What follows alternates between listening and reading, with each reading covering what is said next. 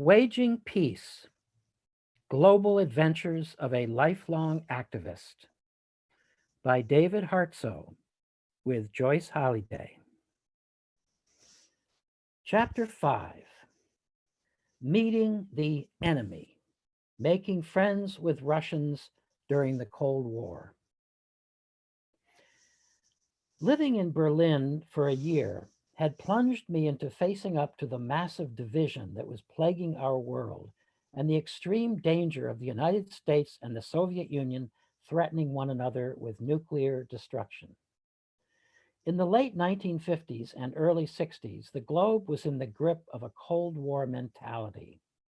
In the West, the belief was widely held that communists were the epitome of evil.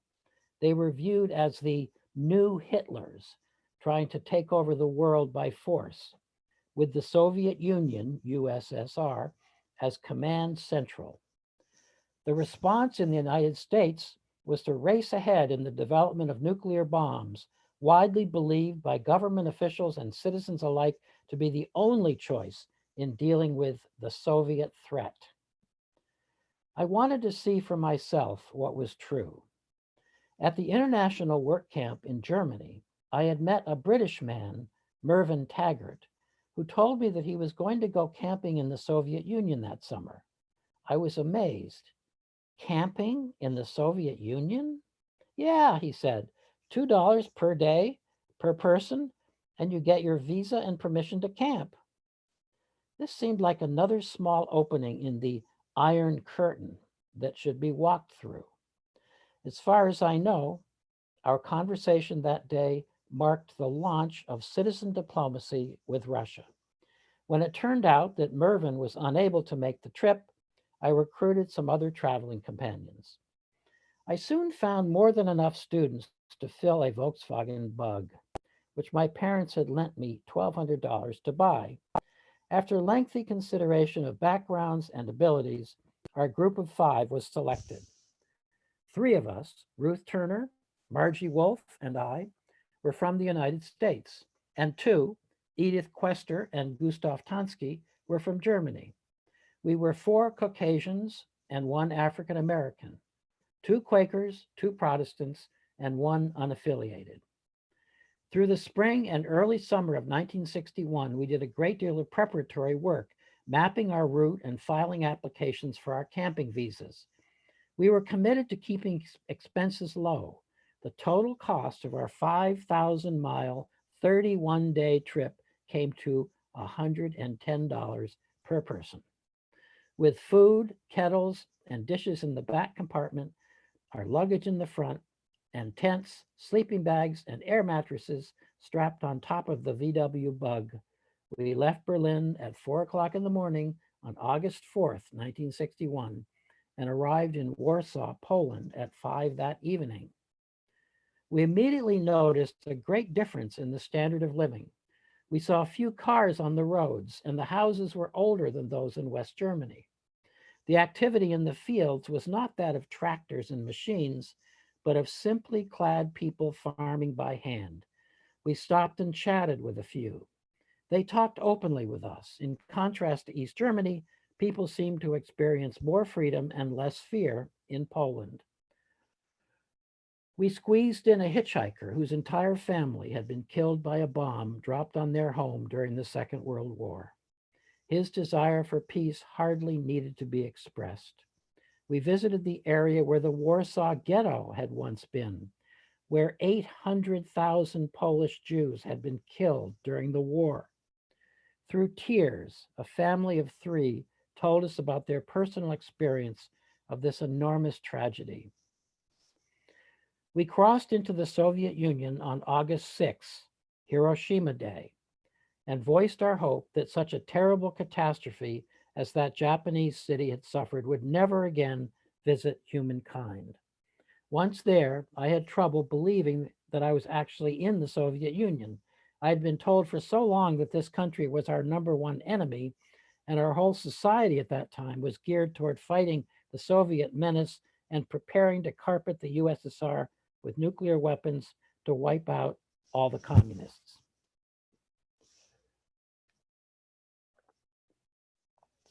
The main goal of our trip was to get to know the Russian people and their ideas, and to give them a chance to know us and our ideas. I had taken some classes in Russian, but I was very grateful that one of the Germans with us was fluent, enabling us to have many good conversations with Russian people in parks, on the streets, and in their homes and backyards. Near Minsk, we realized that our car was low on gas and 100 kilometers from a gas station. We turned off the main road into a small village where people in old clothes were arriving at the market on horseback and in carriages. A policeman immediately directed us back to the main road, causing us to wonder if there was a military base nearby. Back on the road, another policeman gave us gasoline from a collective farm truck. When we offered to pay for it, he smiled and said, "Niet, you can't pay for it. It belongs to the people." Minsk had been almost entirely destroyed by the war. But apart from some old shacks on side streets, the city appeared to be completely rebuilt. Our first evening there, we attracted a crowd of about 60 people who asked us questions about our universities, our families, and our lives. We in turn plied them with similar questions. What impressed me most was the tremendous pride the Russians had in their country, its beauty, its culture, and its achievements. Just the day before, the cosmonaut Titov had circled the Earth 17 times in Vostok 2, and they wanted to know what we had to say about that. Police officers eventually tried to break up our discussion, but the people refused to leave and told them they had no right to interfere. We continued on to Smolensk. Our campsite there seemed luxurious with a kitchen, electric lights, and showers, hot if you paid the equivalent of a dime. I talked for several hours with a couple from Moscow who were camping with their two large bulldogs, their pride and joy. They expressed their hope that American and Russian soldiers would refuse to shoot each other if war broke out again. The Russian people, as probably all the people in the world, the woman said, would just like to live their simple lives, have their small homes and families, and make their living. Referring to the leaders of our respective countries, her husband added, they are not concerned about all these Khrushchev-Kennedy problems. The couple told us that they had met all kinds of people at the camp, British, French, Polish, Czech, and got along well with all of them. Why should we be forced to fight against one another? They wanted to know.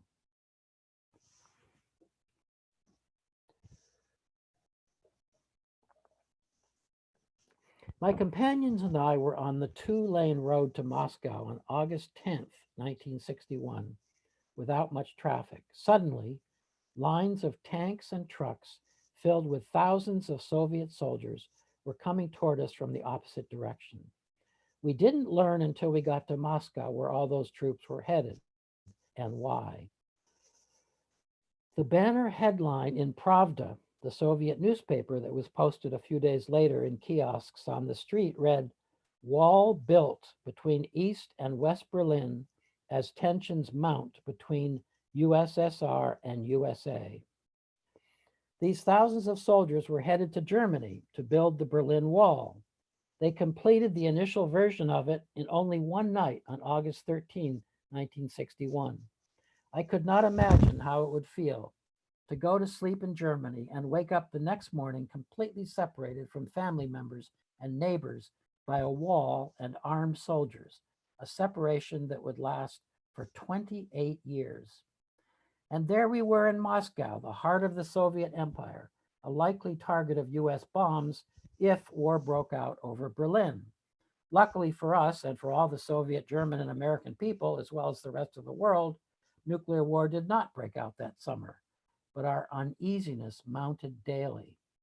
The next day, my traveling companions and I appeared at the Soviet Peace Council office in Moscow and were soon meeting with the director and the editor of the Young Communist newspaper. They asserted that the Soviet Union was doing all it could for disarmament, having unilaterally halted nuclear testing in 1958, proposing to cut its military forces by 2 million troops, and abolishing all military bases outside its own borders.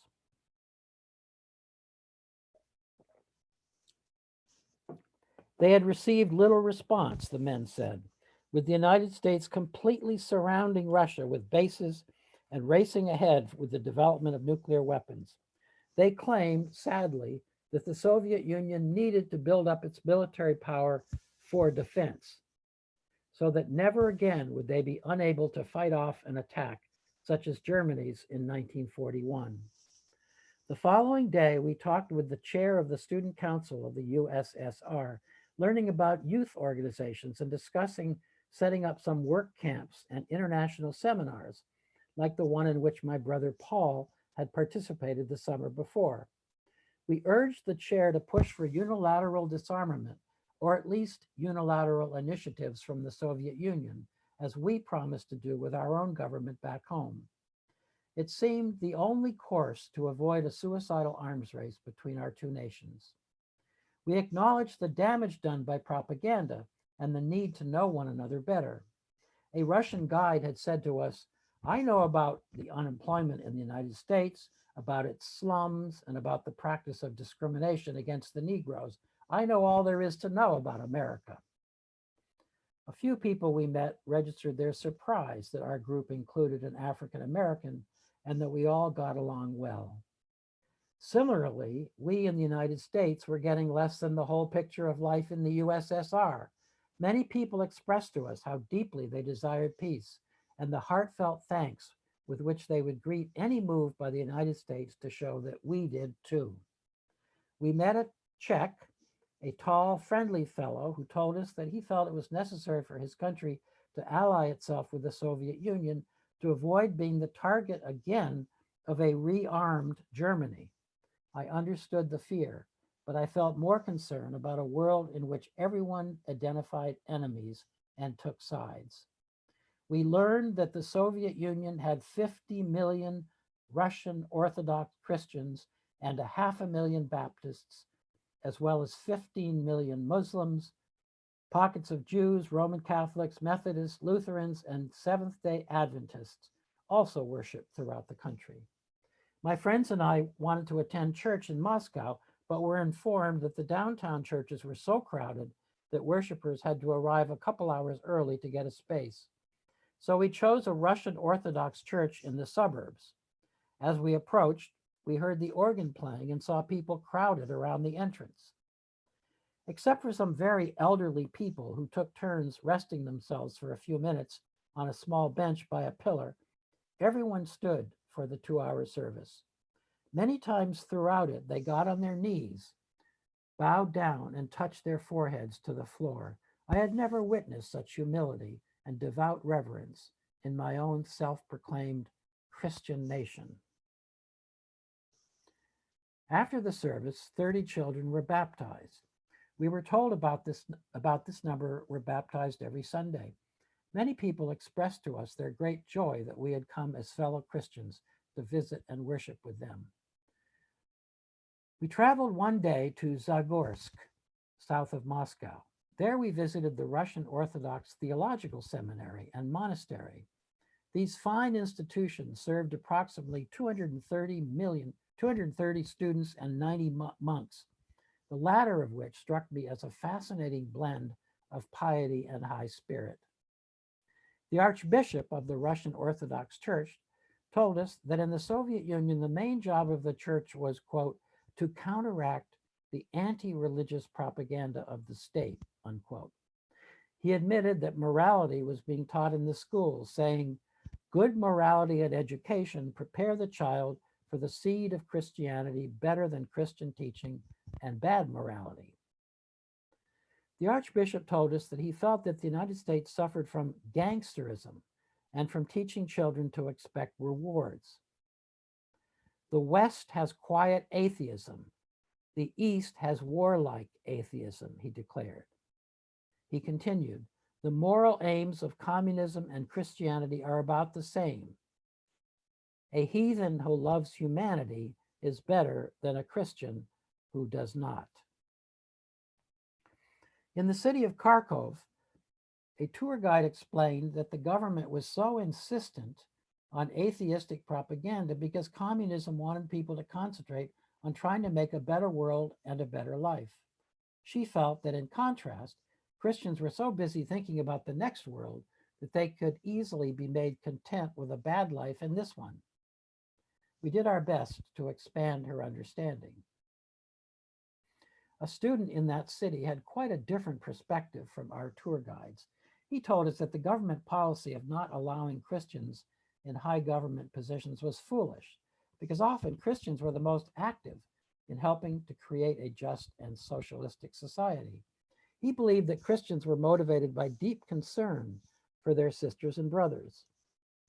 The student wanted to know if we thought that capitalism was compatible with Christianity.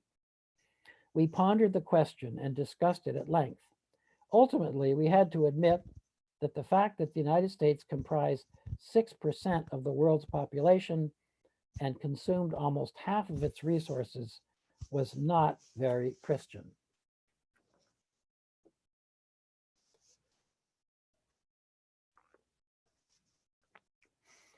When we did finally attend a Baptist church in Moscow, we spent time with two very sincere and dedicated Christian men, one young and the other 75 years old. They told us that being a Christian in the Soviet Union required standing up courageously for faith and ideals.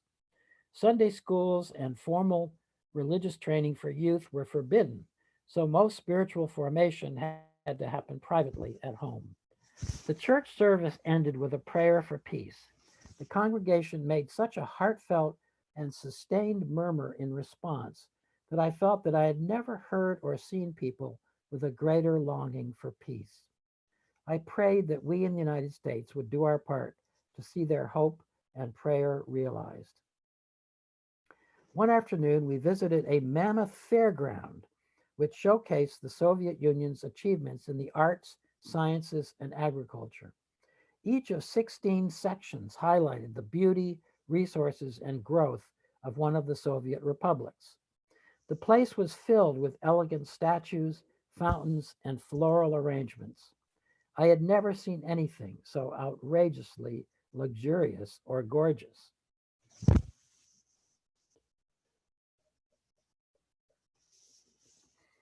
We also made a visit to Moscow's Lumumba University.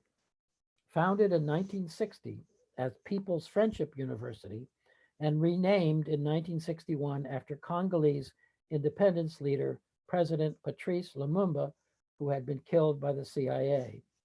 This impressive institution served students from Asia, Africa, and Latin America. One evening at the Hotel of the Youth, we met students participating in a World Youth Forum. An African student stated his belief that socialism was the best economic system for the countries on the African continent emerging from colonialism. He felt that they had insufficient private wealth to make private enterprise work, which he believed enriched the few at the expense of the many. A student from Ecuador similarly felt that the nations of Latin America needed revolutions like Cuba's, in which the economy served the interests of the majority rather than landowners and foreigners.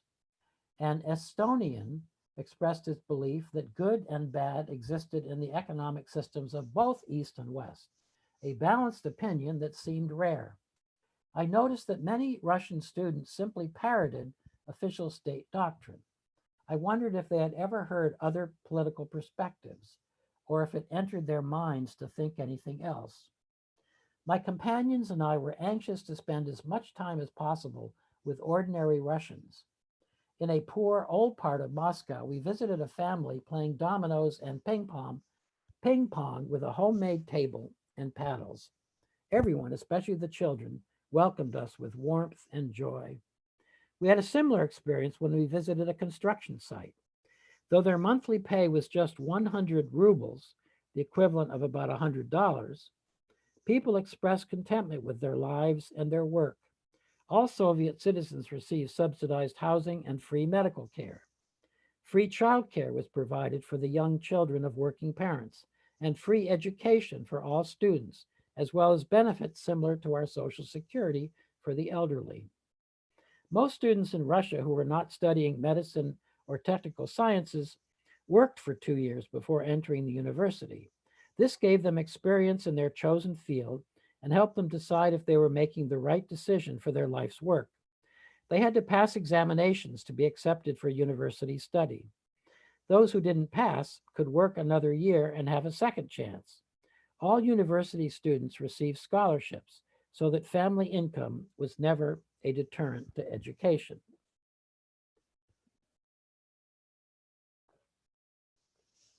We visited a clothes factory where the workers, mostly women, labored on small sewing machines 6 days a week. They received a paid day off each week to further their education if they so choose. 2 to 4 weeks of paid vacation per year and 4 months off with pay after giving birth. They attended weekly political information meetings where they discussed international events. At a collective farm outside Moscow, the people tended 1,000 pigs and many acres of cabbages and potatoes, but we observed a very low standard of living.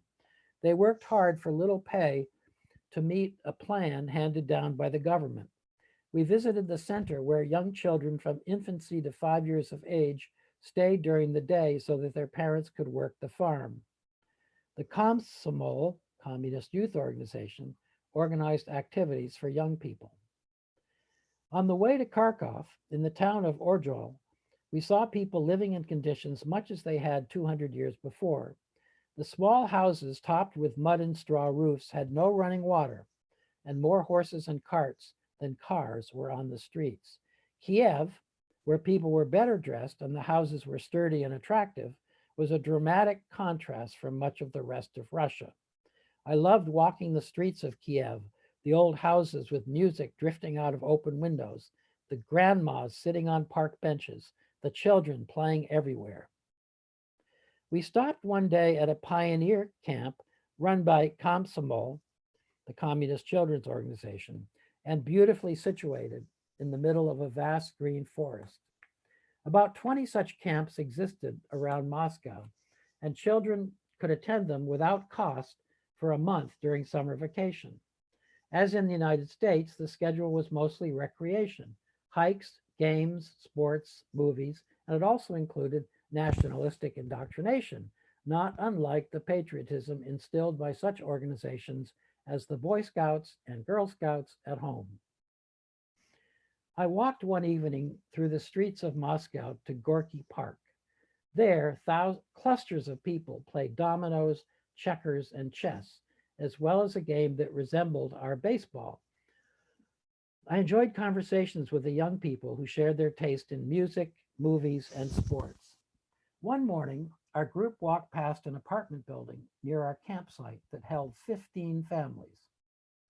Some of the residents greeted us like old friends and beckoned us into their backyard. A group of men who had been playing dominoes around a table quickly got up to make room for us.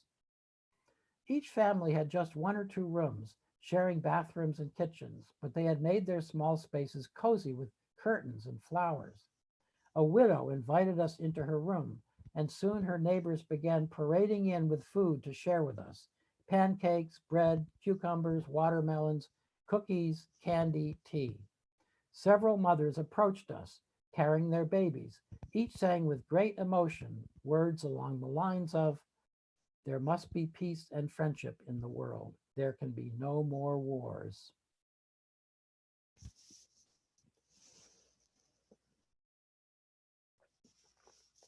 Several people told us that during the Stalin era, everyone was afraid to say anything critical about the Soviet Union or positive about another country for fear of being charged with treason and shipped off to a prison camp in Siberia.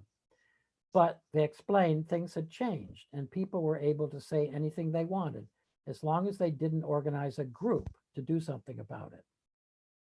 "Now we are living in heaven," one man said. Some young people invited us to a dance one night. I wrote in my journal about that unforgettable evening. Some of our group did the rock and roll, and all the people just stared because they had never seen it before. Rock and roll is supposed to be a Western sickness and unsocialistic, so it is officially looked down upon. One of the soldiers there said, "Don't keep doing that dance. or tomorrow the whole crowd will be doing it. Later, a journalist at an independent press agency expressed his hope for more cooperation between the United States and the Soviet Union. He felt that there was much that we could learn from one another, except in one area. He admired American industry, science, and technology, but said that the Russians were less interested in American culture. Russians, he explained, did not like modern art, rock and roll, and the twist. We met a man who was an American citizen but had chosen to live in Russia. He felt that relationships were superficial in the United States and that our country lacked culture. He also felt that Americans didn't want to admit that socialism was the best system and hindered the Soviet Union and other countries that were trying to improve the lives of their citizens. He earned the equivalent of $100 a month and lived with his wife and child in a two-room apartment. I couldn't ask for anything more, he told us.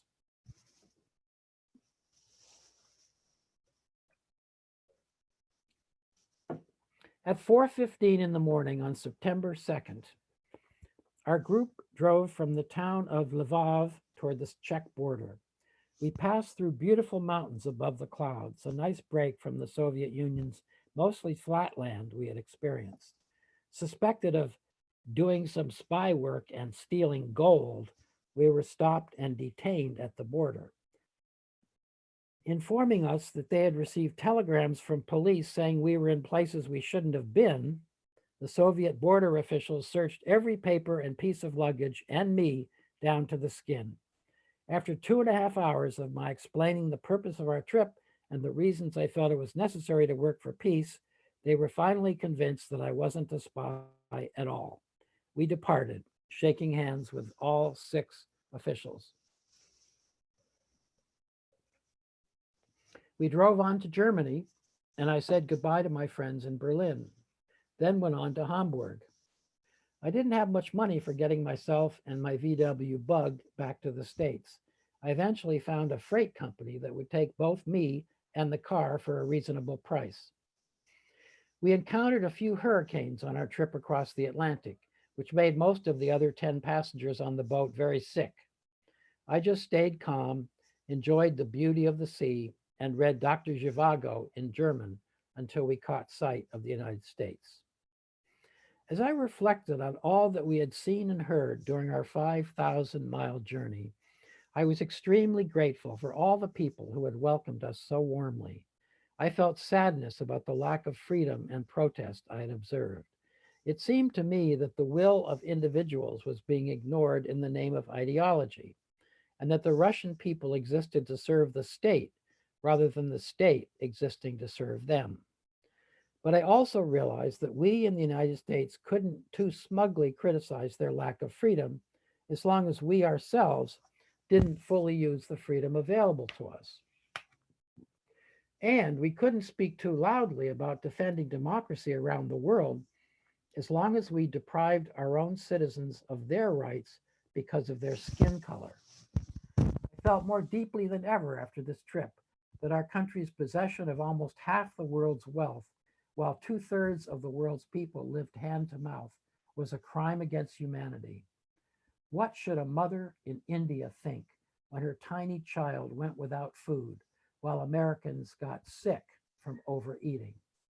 How could we blame people in Asia, Africa, and Latin America for choosing communism as the best system if we refuse to share and work to alleviate their poverty? An engineer we met in Kharkov, who was very familiar with life in the United States, had stated what seemed very clear to me on this trip. The world would work much better if wealth were more equally divided among people. He believed that countries in the so-called developing world wouldn't resort to communism if they could experience a human standard of living in the capitalist world. He also expressed his opinion that the controlling financial interests in United States government and media and the lack of tolerance for nonconformity in American society amounted to dictatorship.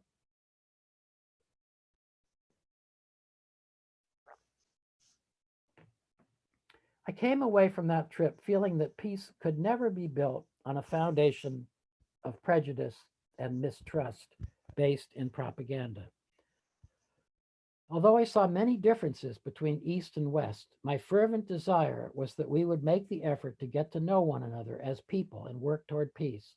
The irony didn't escape me that while I was in the Soviet Union trying to break down walls and barriers, the world's most famous political wall was being constructed in Berlin. After I returned home, someone affiliated with Radio Free Europe offered me $100 to talk about the bad things I had seen in Russia for a worldwide broadcast, which I found very upsetting. I refused, telling him that I would be happy to share my experiences, both positive and negative, from my time in the Soviet Union. He was not interested. Instead, I wrote a booklet called Discovering Another Russia, in which I related the stories and conversations I shared with people I had met that summer. I spent a lot of my free time speaking, presenting slideshows, and trying to help Americans see Russians as human beings, not as nameless enemies in a, quote, godless communist empire who were trying to blow us up. In the audience at one of the places where I presented a slideshow of my trip was Dick Heiler. He served as high school secretary for the American Friends Service Committee and had organized the Washington seminars that had been so important to me. Afterward, he approached me and said excitedly, "David, we have to take another group to Russia next summer." So I returned to the Soviet Union in the summer of 1962 with 18 more students, 15 of whom were in high school. In 2 months, we traveled 7,000 miles in 2 Volkswagen microbuses, in reverse order of my first trip, from West Germany through Czechoslovakia to the Ukraine, and then north to Moscow, back via Smolensk and Minsk, through Poland to Berlin. When we arrived at the Russian border to enter at Lvov, my point of departure from the previous trip, a border guard looked into our van and said to me, "Weren't you here last year?" It was the same man who had accused me of being an imperialist spy and detained me for 2.5 hours. He again rifled through all of our luggage, perused the booklet I had written about the previous year's trip, and then let us pass with a handshake. As in the first trip, we met and conversed with as many people as we could. Textile workers shared with us about their lives, and kindergartners accompanied by an accordion sang us songs. We observed farms and factories, attended concerts and suppers conjured on our behalf, visited a pioneer camp and churches. I was particularly struck on this visit by the beautiful icons and paintings in the Russian Orthodox churches, depictions of the creation, crucifixion, and parables of Jesus. In Moscow, we visited the home of the 15 families that had received my friends and me so warmly the year before. Their hospitality had not dimmed. We talked animatedly and took turns singing Russian and American folk songs. Their street had been transformed by towering new apartment buildings. Soon, they told us, their home would be torn down and they too would move into larger, more modern apartments. In Moscow alone, 390 apartments were being constructed each day. And in the previous 4 years, 50 million Russians had been moved into new housing. The pace would have been even quicker, our friends said, had there not been an arms race. Money that had been slated for housing, they explained, was being redirected to nuclear weapons development. Our group made visits to the US and Chinese embassies, the Soviet Peace Council, and Moscow University. We browsed in bookstores and the 22 million volume Lenin Library. We saw Lenin's body lying in state at the Kremlin, prompting this comment in my journal: "It was not very inspiring to look at him." I encountered this sentence in an edition of the magazine Soviet Union. Quote, "The dynamo that powers the policies of the imperialist governments of the West is their constant striving to sustain and aggravate international tensions in order to justify the arms race." I felt the painful element of truth in this propaganda piece. While both the United States and the USSR were supplying arms and soldiers to many nations around the globe, the Soviet Union was usually on the side of liberation movements, while the United States was too often supporting tottering, brutal dictatorships to safeguard its own interests. As on my first visit, rarely did we encounter anyone who was critical of Soviet policy. About our questions regarding nuclear arms, typical responses included, "Our bombs are peaceful bombs," and "In World War II, we weren't powerful enough, so we lost 20 million people. You have to understand it is not our choice, but we have to defend ourselves."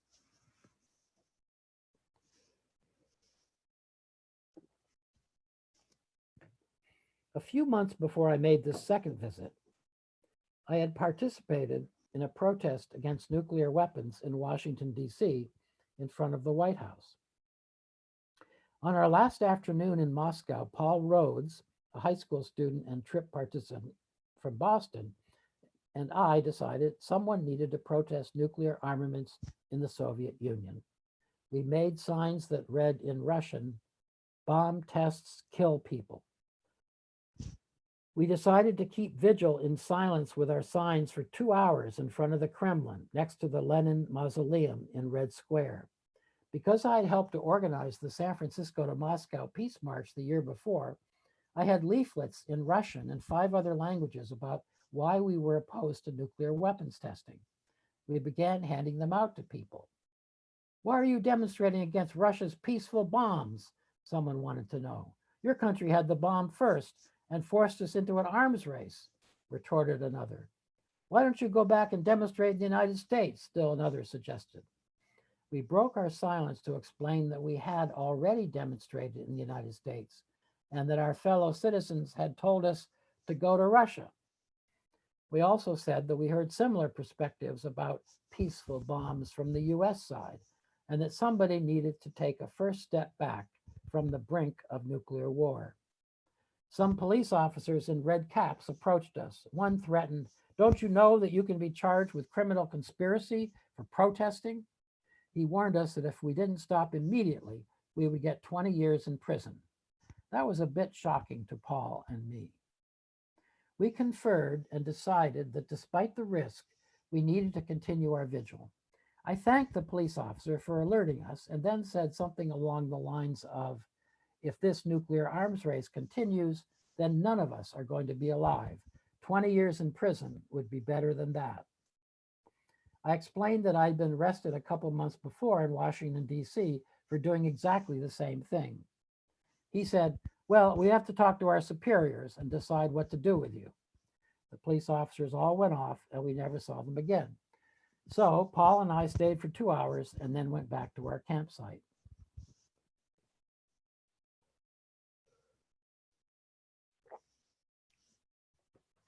On the way home from Russia, we traveled through Poland and stopped at Auschwitz. The former Nazi concentration camp was a terrifying place. 17 years after the end of the war, the gas chambers, which resembled showers, were still filled with piles of clothes and human bones. Those images are seared in my mind. The horror and pain of that place had a particularly strong impact on Paul.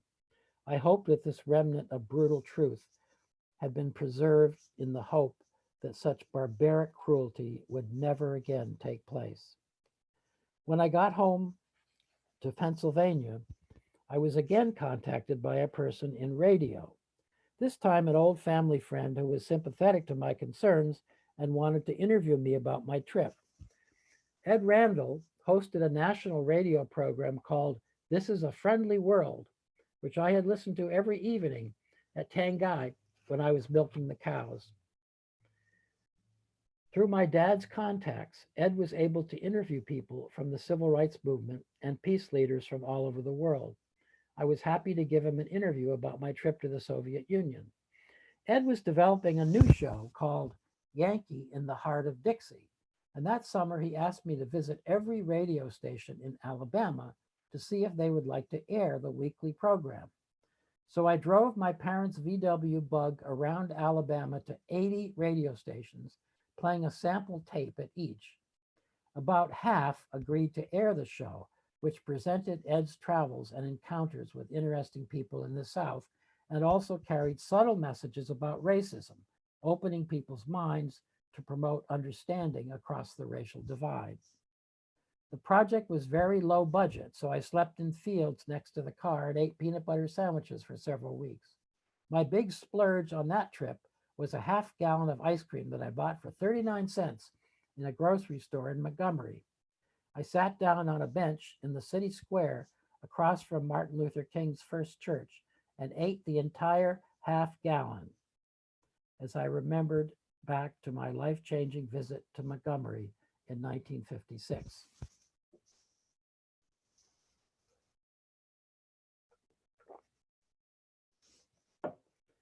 A few years after my visits to the Soviet Union, while I was working in Washington against the Vietnam War, I got to know a man from the Soviet embassy quite well.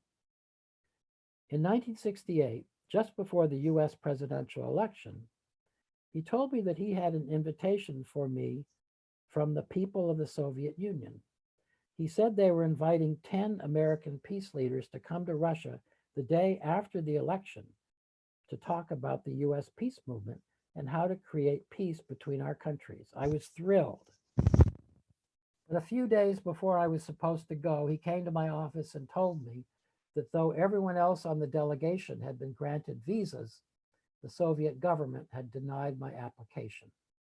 Through tears, he said, "David, I can't understand what happened. First, we invade Czechoslovakia, and now we don't allow you, a great American peace leader, into our country."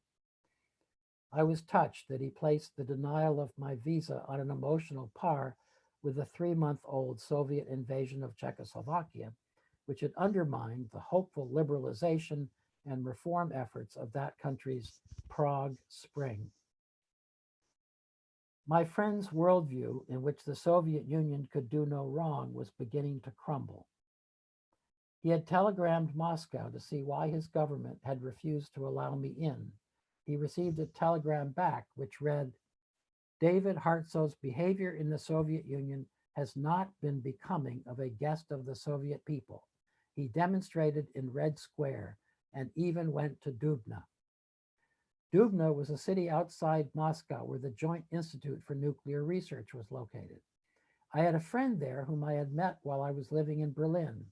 He was a very impressive Polish physicist who had informed me of his refusal to do any work on nuclear weapons for the Soviet or any government. He had invited me to come visit him at his home, so I jumped on a train and went to Dubna. The most radical thing I did with him was swim across the very wide Volga River, which had a current so strong that by the time we made it to the opposite shore, we were about a mile downstream. But the Soviet government had apparently been aware of that visit. I didn't know until I tried to go with the peace delegation in 1968 that I had been banned from Russia. I wasn't allowed back in until 1991. Despite that slight, I still believed strongly in what I had written in Backyard Russia, Getting to Know the Russian People, the booklet I produced after my second trip to the Soviet Union. I ended my reflections on that journey with these words: "This trip has confirmed my belief in that of goodness, that of joy and kindness, and that of God in all people, no matter where they might live in the world. It has also helped me to see that there are real differences in ideology between East and West, but that none of these differences is great enough to be worth fighting World War III about. We could solve these differences peacefully if we really put our minds to it. Finally, it has made me feel the tremendous responsibility I have, and I think all of us have. If we are really concerned about peace, we must speak out with our lives to help bring this peace about."